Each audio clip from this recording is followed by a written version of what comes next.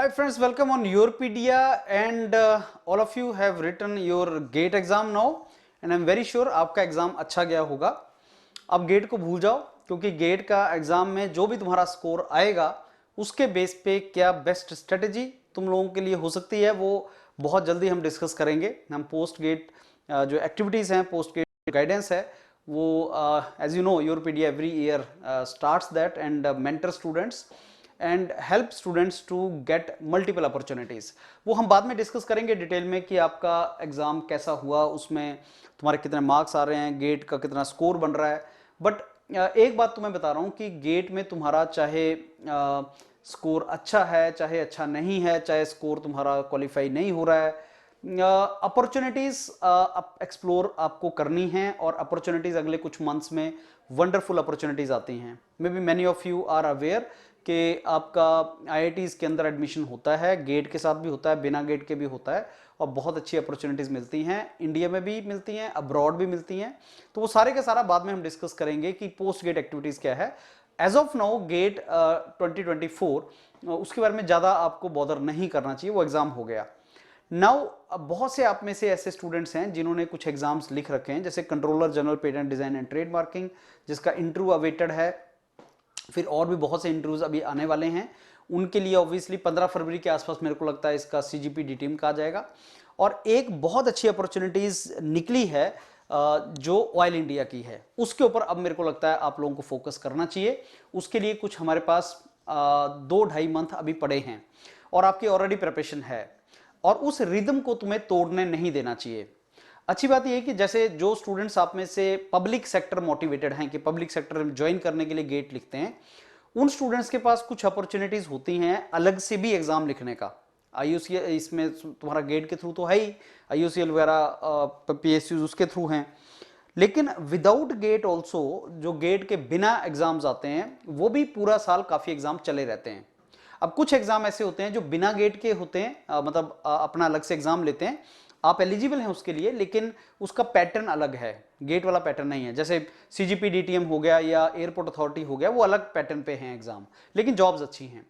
कुछ एग्जाम ऐसे हैं जैसे एचपीसीएल हो गया, अब ये ऑयल इंडिया का आ गया, फिर इसरो का आ गया, जो गेट की जिसने तैयारी की उसको एडवांटेज है, लेकिन एग्जाम अलग से हैं।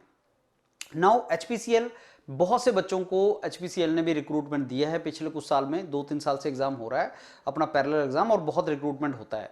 और ये सारी ऑर्गेनाइजेशंस में मैकेनिकल इंजीनियर्स के लिए काफ़ी ऑप्शंस हैं।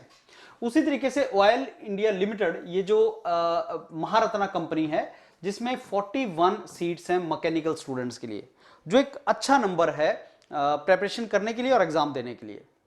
अब जब भी कोई एग्जाम ऐसा आता है तो आपको उसको प्रिपेयर करके देना चाहिए। इसके बहुत से एडवांटेज हैं, बिकॉज जितनी बार आप एग्जाम देंगे, तैयारी करेंगे, एक तो आप स्टेट ऑफ प्रिपेयर्डनेस में रहते हो, अपनी प्रिपरेशन के मोड में रहते हो, और दूसरा आपको एग्जाम दे दे के प्रैक्टिस होता है और आपका जो प्रोबेबिलिटी है सिलेक्शन का बढ़ता चला जाता है। अब एचपीसीएल, आईओसीएल, गेट, ये एग्जाम देने से, आईएसआरओ एग्जाम देने से आपकी प्रिपरेशन मोड अच्छा रहता है। एक और बहुत कॉमन मिस्टेक जो स्टूडेंट करते हैं कि जैसे गेट एग्जाम खत्म हो जाता है वो अपनी प्रिपरेशन बंद कर देते हैं। लेकिन आप एक बात समझो कि गेट के थ्रू भी जो अपॉर्चुनिटीज आपकी एक्सप्लोर होंगी वो तभी होंगी अगर आप प्रिपरेशन करते रहोगे। बहुत से आईआईटीज में आप जाओगे और आप देखोगे कि वो अपना अलग से एग्जाम कंडक्ट करवाते हैं, they will take their own exam and interview भी होगा उसके अंदर, एंड वो सेपरेटली अपना इंटरव्यू और रिटन एग्जाम लेंगे, तब आपकी सिलेक्शन होगी। Just imagine for a minute कि आपका गेट अच्छा नहीं हुआ, गेट स्कोर कम है या गेट क्वालिफाई नहीं हुआ, still you want to explore option in IIT, तो आपको वहां पे रिटन एग्जाम या इंटरव्यू देना पड़ेगा। और रिटन एग्जाम या इंटरव्यू के लिए तुम्हें तैयारी अपनी ऑन रखनी पड़ती है, तुम्हें प्रिपरेशन मोड में रहना पड़ता है। तो ये जो ऑयल इंडिया का एग्जाम है, जो टेंटेटिवली हमें लगता है अप्रैल तक इसका एग्जाम आ सकता है, इफ नॉट मे, तो ये आपको हेल्प करेगा पोस्ट गेट में जो प्रिपरेशन मोड ऑन रखना है, क्योंकि आईआईसी बेंगलोर के इंटरव्यूज भी आपके अप्रैल के अंदर ही होते हैं और कुछ आईआईटीज के इंटरव्यूज आपके अप्रैल के अंदर आना स्टार्ट हो जाते हैं। तो आपकी तैयारी भी रहेगी और आपको पोस्ट गेट में भी हेल्प रहेगा और जॉब के लिए भी आप तैयारी कर रहे हैं। तो अब मेरे को लगता है एक स्ट्रेटेजी जो आप बना सकते हैं वो ये है कि आप अपना प्रिपरेशन ना रोकें, 1-2 दिन का ब्रेक लें वो अलग बात है, लेकिन फिर ऑयल इंडिया की प्रिपरेशन स्टार्ट कर दें। योरपीडिया के मेंटर्स आपको बहुत उसमें हेल्प कर रहे हैं, वो आपको गाइड कर रहे हैं कि इसका एग्जाम की प्रिपरेशन कैसे करनी है, किस तरीके से आपको प्रिपेयर करना है, और उसी लाइन के ऊपर आपकी प्रिपरेशन सारी की सारी वो डायरेक्ट कर रहे हैं।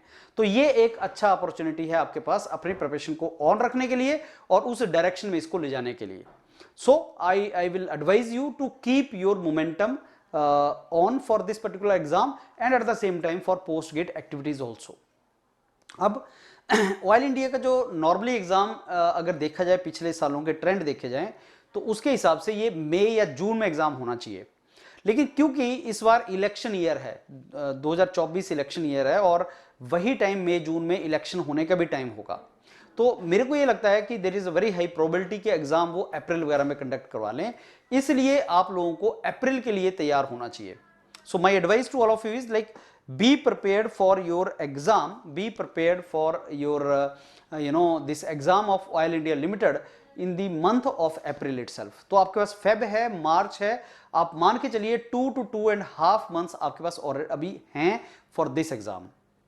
एक और बहुत इंपॉर्टेंट चीज, जब भी नंबर ऑफ सीट्स बहुत कम निकलें या बहुत ज्यादा निकलें तो कंपटीशन हाई होता है। I am telling you why, because अगर नंबर ऑफ सीट्स ज्यादा हैं तो सारे लोग उसको तैयारी करके देते हैं, कंपटीशन हाई जाता है। अगर नंबर ऑफ सीट्स बहुत ही कम हो तो सीट्स इतनी कम है कि अगर आपकी बहुत ही अच्छी तैयारी है तब भी आपके चांस कम होते हैं, क्योंकि number of seats are very less. Let's say ये सीट्स आपकी 10 होती या ये सीट्स आपकी 200 होती तो कंपटीशन ज्यादा रहता, लेकिन 40-50 सीट्स में क्या होता है कि स्टूडेंट्स अप्लाई कम करते हैं, बहुत ज्यादा स्टूडेंट्स मोटिवेट नहीं होता है नंबर ऑफ सीट्स देख के, कंपटीशन वहां पे रिड्यूस होता है। एंड सेकंड, इतनी कम भी नहीं है कि तुम्हें कॉल ना आए, इंटरव्यू में भी कॉल करते हैं ये 5-6 टाइम्स लोगों को, 7 टाइम्स लोगों को भी कॉल करते हैं, और फिर देन इंटरव्यू में चांस होता है तुम्हारे पास अपने आप को प्रूव करने का। तो ये 40 सीट्स अच्छी सीट्स है। So my advice to all of you is कि जो लोग टारगेट कर रहे हैं HPCL, IOCL, जो महारत्ना कंपनी में जाना चाहते हैं, ये अच्छा अपॉर्चुनिटीज है और योरपीडिया ने इसके लिए बहुत अच्छा मॉड्यूल लॉन्च कर रखा है, उसकी क्लासेस चल रही हैं, रिदम में आप उसको ज्वाइन कर लो, रिदम में आपकी प्रिपरेशन होती रहेगी और उसमें अच्छे तरीके से अपना, और मैं तो बोलता हूं इंटरव्यू भी साथ साथ अपना प्रिपरेशन करो, सो दैट अगर पोस्ट गेट आपका इंटरव्यू कॉल आती हैं, जैसे आपका स्कोर चाहे कम है, चाहे आपका स्कोर नहीं है, चाहे आपका गेट क्वालिफाई नहीं हुआ है, इंटरव्यू कॉल तो आपको दिलवाता ही है योरपीडिया आपके सिलेक्शंस के लिए। योरपीडिया के मेंटर्स आपको बहुत हेल्प करते हैं उसमें, तो आपको कहीं ना कहीं से कॉल आएगा and you can convert it. तो hope you understood my point and अब आप मोटिवेट होकर तैयारी करेंगे इन एग्जाम्स के लिए जो आने वाले हैं। आपके छोटे छोटे टारगेट रखो और उनको अचीव करने की ट्राई करो। बहुत लंबा डिस्टेंस पे टारगेट होगा ना तो मोमेंटम आपका नहीं रहता।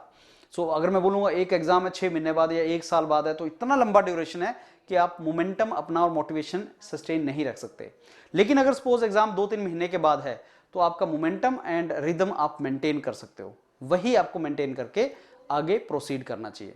So all the very best friends for your preparation, और बहुत जल्दी योरपीडिया आपको पोस्ट गेट के लिए मेंटरिंग करेगा, थॉरली मेंटरिंग करेगा, आपको पॉजिटिवली अपॉर्चुनिटीज दिलवाएगा इंडिया के अंदर, अब्रॉड, IITs के अंदर और abroad universities and public sector के अंदर ओवरऑल अपॉर्चुनिटीज आपको यूनिक तरीके से योरपीडिया दिलवाता है। Thank you.